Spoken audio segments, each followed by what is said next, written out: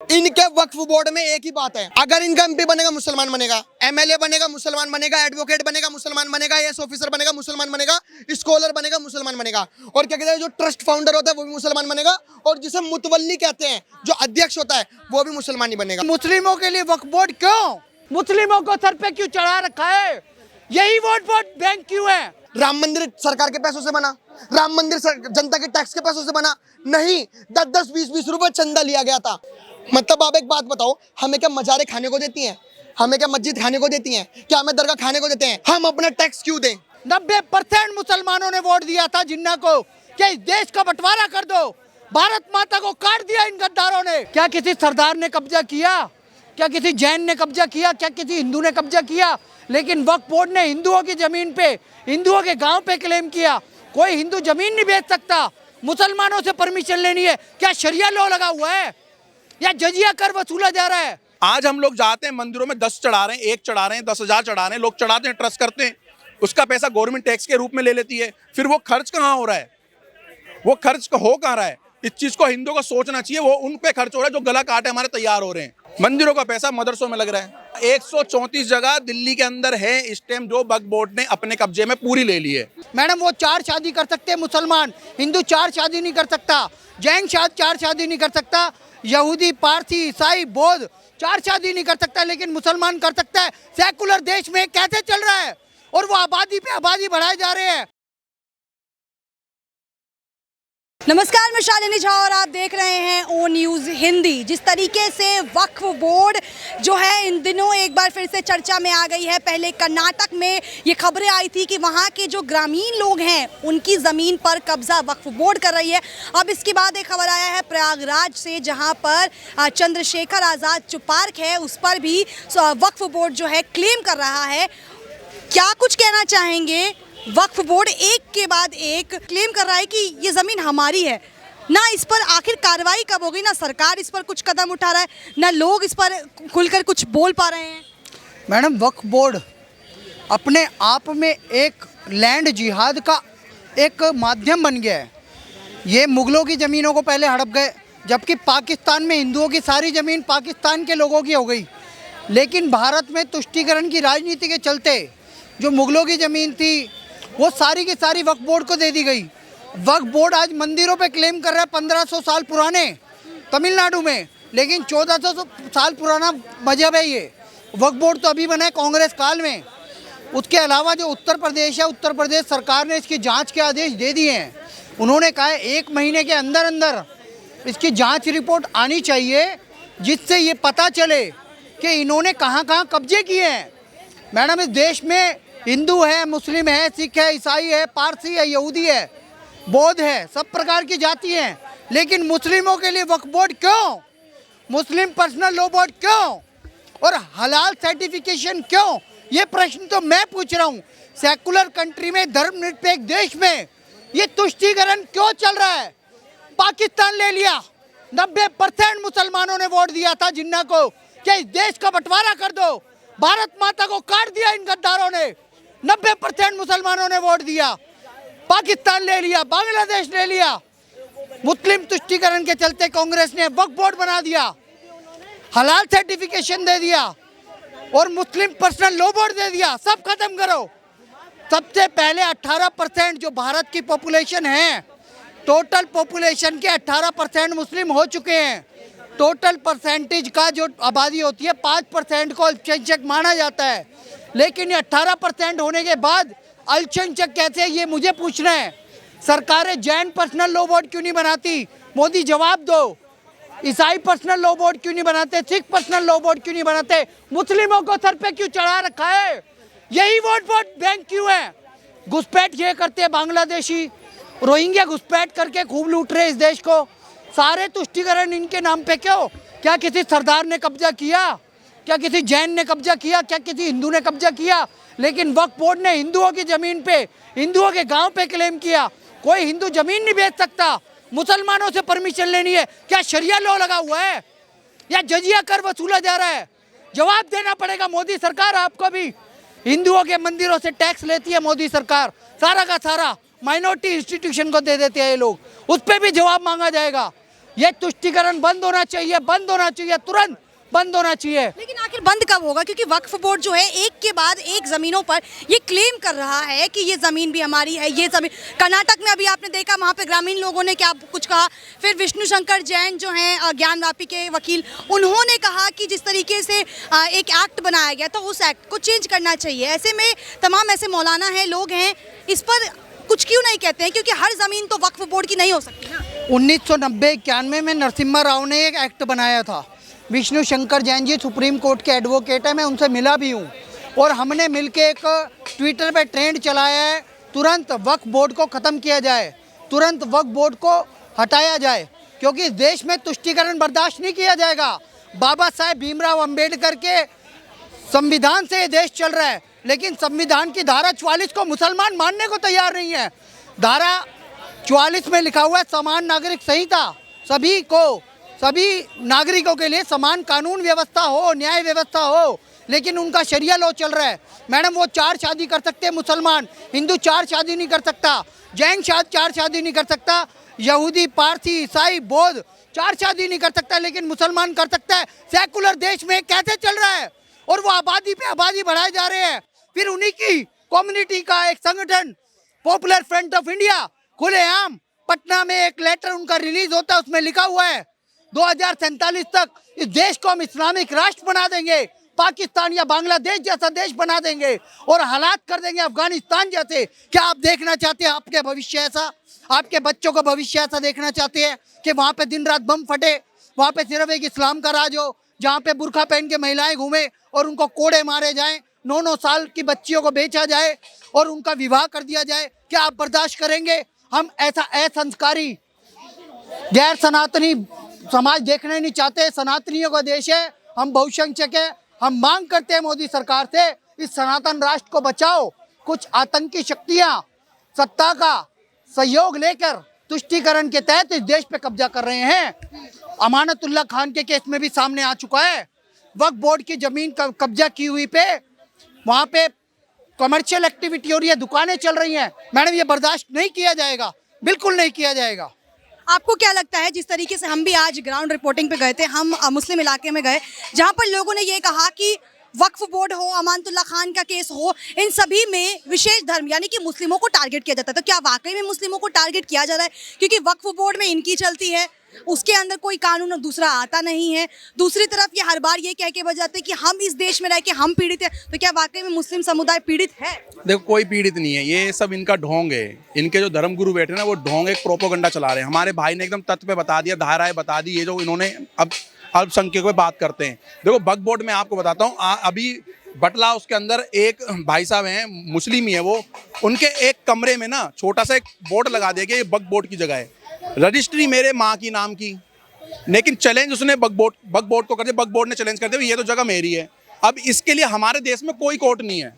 अगर आज कोई वक्फ बोर्ड अगर खाली जगह पे, यहाँ पर कोई खाली वीरान जगह पड़ी है, अगर वक्फ बोर्ड यहाँ पर बोर्ड लगा देता अपना कि हमारी जगह है, तो उसकी सुनवाई ना यहाँ सीपी का थाने का कोई अधिकारी करेगा, ना हमारे देश के हाई कोर्ट और सुप्रीम कोर्ट का जज करेगा, ना ही हमारे देश के पटियाला उसको, ना साकेत कोर्ट करेगा। मैं आपको बता देता हूँ, इसके लिए एक कोर्ट बना हुआ लखनऊ के अंदर। केवल वक्फ बोर्ड ऐसा लॉ बना दिया कि बस को बोलना है कि ये जगह मेरी है। उसके लिए फिर वो व्यक्ति जिसकी वो जगह है, चाहे वो गवर्नमेंट की हो, चाहे वो हमारी पर्सनल जगह हो, तो उसके लिए हमें लखनऊ जाना है। और लखनऊ जिस कोर्ट में हम जाएंगे, समझने वाली बात है मैम, जिस कोर्ट में हम लोग जाते हैं उस कोर्ट के अंदर जो जज है ना वो मुस्लिम है, और जो IPS ऑफिसर है वो भी मुस्लिम है, जो मौलाना है वो भी मुस्लिम है। तो ऐसे में हिंदुओं को कहाँ से फैसला? तो ऐसे में हिंदू कैसे उम्मीद कर सकता है कि अगर वो वहाँ जाता है अपनी कंप्लेंट लेकर तो उनके पक्ष में फैसला आएगा? भारत के अंदर 3 केस ऐसे हो चुके हैं, वो भी तीनों के केरल के केस हैं। केरल के केस में जो बंदे वो लखनऊ जो भाग दौड़ कर रहे थे ना, 5 साल के उन्होंने जस्टिस कर दिया, एकदम टारगेट कर दिया, ये लोग कहाँ से निकल रहे हैं, कहाँ से आ रहे हैं, ठीक है जी, उनको मार दिया गया। 2 बंदे जो वक्फ बोर्ड से अपनी जगह बचाने जा रहे थे, उन 3 में से 2 बंदों का इन्होंने मौत के घाट उतरवा दिया, क्योंकि ये कर लेते हैं भाई, इनको चिन्हित कर लेते हैं कि कहाँ से निकल करके कहाँ से कहाँ आ रहे हैं। इनको चिन्हित करके 5 साल के अंदर मार दे, कोई सुनवाई नहीं हो, पेपरों को कहीं पे भी मोहर नहीं लगी किसी पेपर पे। वक्फ बोर्ड जो है एक गुंडागर्दी का एक गुंडागर्दी है, और जो मुसलमानों ने एक जो एजेंडा प्रोपोगंडा चला रहे हैं ना इस देश के अंदर, हमें तो कभी कभी मतलब कि ऐसा लगता है कि हिंदू राष्ट्र, हिंदुस्तान, भारत माता कहाँ है? हिंदुओं के लिए कहाँ है? आज हम लोग जाते हैं मंदिरों में 10 चढ़ा रहे हैं, 1 चढ़ा रहे हैं, 10,000 चढ़ा रहे हैं, लोग चढ़ाते हैं, ट्रस्ट करते हैं, उसका पैसा गवर्नमेंट टैक्स के रूप में ले लेती है। फिर वो खर्च कहाँ हो रहा है? वो खर्च हो कहाँ रहा है? इस चीज को हिंदुओं को सोचना चाहिए। वो उन पे खर्च हो रहा है जो गला काटे हमारे तैयार हो रहे हैं। हमें सोचना चाहिए कि हमें भैया, सबसे पहली बात तो गवर्नमेंट से मेरी कोई नाराजगी नहीं है, हमारी मोदी सरकार से। मोदी सरकार काम अच्छा कर रही है और हमें पूरा भरोसा है। हमारे योगी जी ने 1 महीने के अंदर इस पर स्टेटमेंट मांगे full and final Waqf board के ऊपर। ये कानून है क्या, इसके ऊपर तुरंत कार्रवाई होनी चाहिए और इस कानून को रद्द करना चाहिए। योगी जी ने इसके ऊपर चर्चा कर दी है और हमारे मोदी जी भी इसके ऊपर आए, बड़े मंच पे बोले अगर ये कानून है, अगर देश के लिए खतरनाक है, इस देश के हिंदू समाज के लिए खतरनाक है, तो इसको खत्म कराना जाना चाहिए। कई मुस्लिम लोगों की जगह है जिस पे कब्जा करा गया है वक्फ बोर्ड ने, कई जगह है। जो विष्णु जैन जी, उनके लिए भी केस लड़ रहे हैं। तो मैं तो आपके चैनल के माध्यम से ये कहना चाहता हूँ, हिंदू सनातनियों को मंदिरों में जाकर के ना पैसा चढ़ाना बंद कर दें। आप अपने पैसे को उन लोगों को दो जो हिंदू समाज के लिए काम कर रहे हैं, हिंदू सोल्जरों के लिए काम कर रहे हैं। आप मंदिर में जाओ, 2 लड्डू चढ़ाओ, 2 लड्डू चढ़ाने के बाद उनसे बोलो सरकार से 2 लड्डू लेकर के जाए और 2 लड्डू उन गला काटों को दो, इन मौलवियों को दो। आप अगर देखोगे ना स्कैम चल कैसे रहा है, इसमें मैम अगर गहराई में उतरेंगे, स्कैम इस तरीके से चला रहे हैं लोग। मंदिरों का पैसा मदरसों में लग रहा है। बटला हाउस में एक मदरसे में हमारी दिल्ली सरकार ने 1.5 करोड़ रुपए कैसे दे दिया? 1 करोड़ 42 लाख रुपए क्यों दे दिया भाई उसको? किस बात पे दिया भाई केजरीवाल सरकार ने, और कहां से दिया? जो अपने गवर्नमेंट से इनको फंड मिल रहा है, उस फंड में से 1 करोड़ 42 लाख रुपए दिया। ये भी कल का खुलासा है। इमामतुल्ला खान इतनी जगहों पे कब्जा करके बैठा हुआ है, उस बंदे पे टाटा लगनी चाहिए जो ऐसे आतंकवादी। मेरे को तो लग रहा है अगर इमामतुल्ला खान पे अगर ढंग से अगर जांच करेगी ना भाई हमारी सीबीआई, अगर हमारे एसीपी साहब जो इस पे कार्रवाई कर रहे हैं अगर ढंग से जांच करेगी, तो जितने भी बटला हाउस, जामिया, अब्दुल फजल के अंदर जितने भी आतंकवादी गतिविधियां मिली है ना, तो इससे जुड़ी हुई कनेक्टेड मिलेगी। तो आपको क्या लग रहा है, जिस तरीके से वक्फ बोर्ड एक के बाद एक जमीनों पर क्लेम कर रहा है, ऐसा माना जाए कि आने वाले वक्त में चाहे किसी आम व्यक्ति का घर हो या फिर कोई मंदिर हो या फिर कुछ भी हो, उन सभी पे वक्फ बोर्ड ये क्लेम करेगा कि ये वक्फ बोर्ड की जमीन है? 134 जगह दिल्ली के अंदर है जी, आपके चैनल के 134 जगह दिल्ली के अंदर है इस टाइम जो वक्फ बोर्ड ने अपने कब्जे में पूरी ले ली है। उसकी फाइट हमें कहाँ लड़नी पड़ेगी? लखनऊ में। और वो किस समय ले गई है? वो ले गई है कांग्रेस के समय में। उसके बाद 13 जगह ऐसी हैं जो वक्फ बोर्ड ने केजरीवाल ने दे दी वक्फ बोर्ड को जगह, और कोई भी जगह 1000 गज या 2000 गज से कम की नहीं है। कोई 1300 गज है, कोई 1000 गज है, कोई 1500 गज है, ऐसी जगह है। और अभी तो इनकी साउथ दिल्ली में एक MLA है, इनका क्या कहते हैं, आम आदमी पार्टी का, ठीक है जी, वो उस MLA ने क्या करा है, वो जंगल है, साउथ दिल्ली का जंगल है, सोसाइटी वाले वहां पर मॉर्निंग वॉक करने निकलते हैं। उस बंदे ने क्या करा, वहां पर वक्फ बोर्ड का एक बड़ा सा बोर्ड लगा दिया, भी ये वक्फ बोर्ड की जगह है। और रातों रात हफ्ते भर के अंदर रातों रात उसने ना 2-3 बॉडियां वहां दबा दी, 2 दिन बॉडियां दबा दी। जो बॉडी वहां की है ही नहीं, वो पता नहीं यूपी से आकर के वहां पर उन्होंने कब्रिस्तान ही बना दिया और वक्फ बोर्ड के नाम जगह भी कर दी। अब उसका केस लड़ने के लिए भाई वहां पर कहां जाएंगे भाई? अब उसका केस लड़ने के लिए कहां जाएंगे? आप मुझे बताओ, वो केजरीवाल के जो MLA साहब हैं, MLA साहब की उस जंगल के रास्ते से वो कह रहे हैं कि यहाँ से 40 फुट का मैं रास्ता निकालूंगा। 40 फुट का रास्ता इसलिए निकालना चाह रहे हैं वो लोग क्योंकि उनकी आगे वहाँ पर प्रॉपर्टीज है, क्योंकि वो जब रास्ता निकलेगा ना तो उनकी प्रॉपर्टी फ्रंट पे आ जाएगी जो जंगलों के साइड में दब रही है। भाई पहले क्या है, हाथ दिखा करके ना, ये हाथ पंजा दिखा करके सनातनियों को, सनातनी समझ नहीं पा रहे थे उस पंजे का मतलब। कांग्रेस की कह रहा हूँ जी मैं आपको, समझ नहीं पा रहे थे। जो कांग्रेस ने जो पंजा दिखाया ना, सनातनियों को ऐसे पंजा दिखाया है। और अब ये झाड़ू आराम आ गया, सनातनियों की जगहों पे झाड़ू मार रहा है। अबे हम समझेंगे कब? हम सनातनी लोग हम क्या इंतजार कर रहे हैं कि मेरे पड़ोस में यार 1 महीना हो गया है, कोई कांड नहीं हुआ है सनातन के घर में, हम लोग यही इंतजार करते रहे। अगर धर्म है ना, मैं तुम्हें एक चीज बताना चाहता हूँ, कारोबार से नहीं है, कारोबार धर्म से। अगर जब धर्म ही नहीं बचेगा ना तो कोई कारोबार ही नहीं रहेगा। कहाँ जाओगे? सीरिया बनाओगे से? सीरिया बन जाएगा, सीरिया।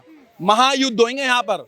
तो अभी समय है उस महायुद्ध को रोकने के लिए आप लोग थोड़ा तरीके से समझो इस चीज को यार, अपने लोगों का साथ दो, सपोर्ट करो लोगों को, और आपकी जगहों जो कब्जा करिए। और मैं तो सनातन धर्म को आपके चैनल के माध्यम से कहना चाहता हूं, अगर आपके अगल बगल में कोई जंगल है, कोई खाली पार्क है, कोई खाली ग्राउंड है, कोई आपके प्लॉट ही 1000-2000 गज के, कहीं देख लो, कहीं बनाते टाइम पे वक्फ बोर्ड ना आ जाए वहां पर, ये तो जगह मेरी है। मैं ये कहना चाहता हूँ। बहुत बहुत शुक्रिया आपका।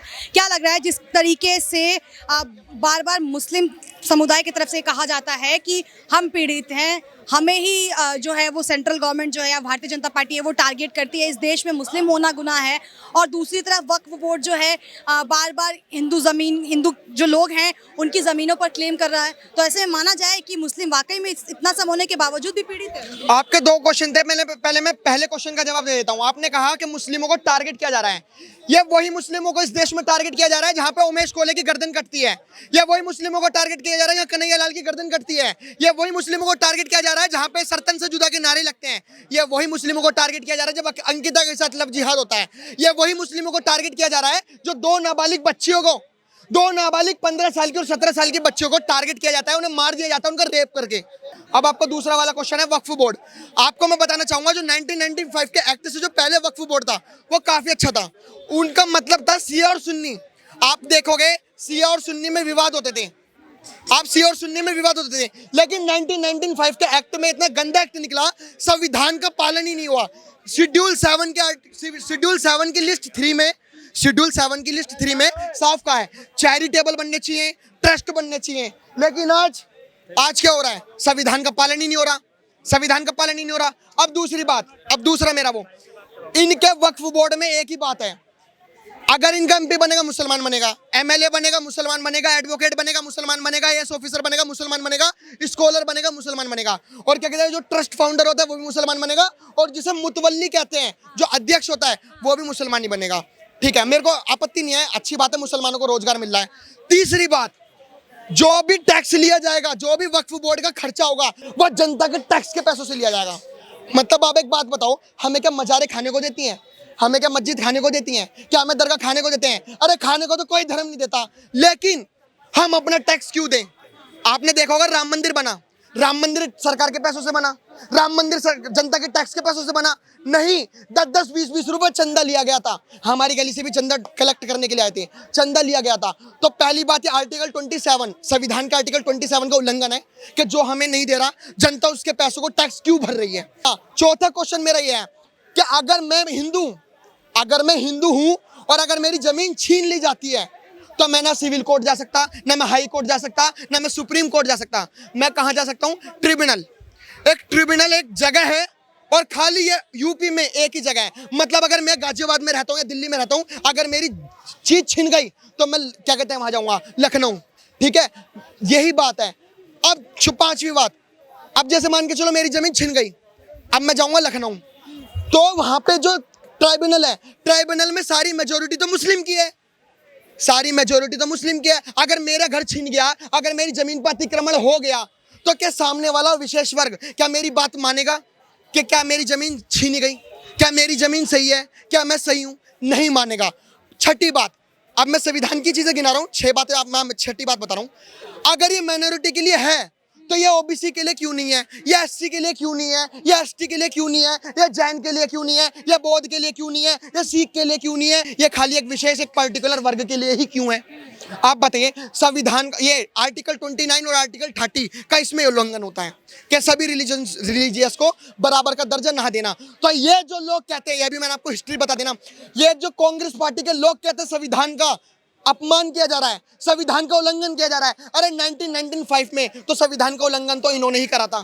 सबसे बड़ी बात है, संविधान का उल्लंघन बिल्कुल नहीं हो रहा, करा था इन्होंने, करा था। और आज जो हिंदू मुस्लिम हो रहा है वो इन जैसे नेताओं की वजह से हो रहा है। अगर ये नेता अगर किसी विशेष वर्ग को पहले से ही ना चढ़ाते, कि पहले से ही ना उकसाते, तो शायद आज जितने भी दंगे हो रहे हैं वो दंगे नहीं होते। तो मैं अब भी कह रहा हूं, जो भारत जोड़ो यात्रा निकालने हैं, ये वही लोग हैं जो भारत टुकड़े टुकड़े वाले आज भारत जोड़ो यात्रा निकालने हैं। इसे तो कहते हैं मोदी पावर। चलिए, बहुत बहुत शुक्रिया। ये लोग हमारे साथ जुड़े हुए थे और जिस तरीके से इन्होंने साफ कर दिया है कि वक्फ बोर्ड जिस तरीके से बार बार क्लेम कर रहा है कि तमाम जगह पर, जहां पर जिस तरीके से प्रयागराज में हो या बात हो फिर कर्नाटक की, इसमें तमाम लोगों ने जो राय रखी है वो ये कि जिस तरीके से क्लेम किया गया है वक्फ बोर्ड की तरफ से, वो कानून में बदलाव किया जाना चाहिए। इस पर केंद्र सरकार को भी कानून बनाना चाहिए और केंद्र सरकार को भी इस पर आके जो है वो बात कहनी चाहिए। अब जो वक्फ बोर्ड है और आने वाले वक्त में और क्या क्या क्लेम करता है, ये देखना काफ़ी दिलचस्प होगा। आप इस पर के लिए बने रहिए ओ न्यूज़ हिंदी के साथ। धन्यवाद।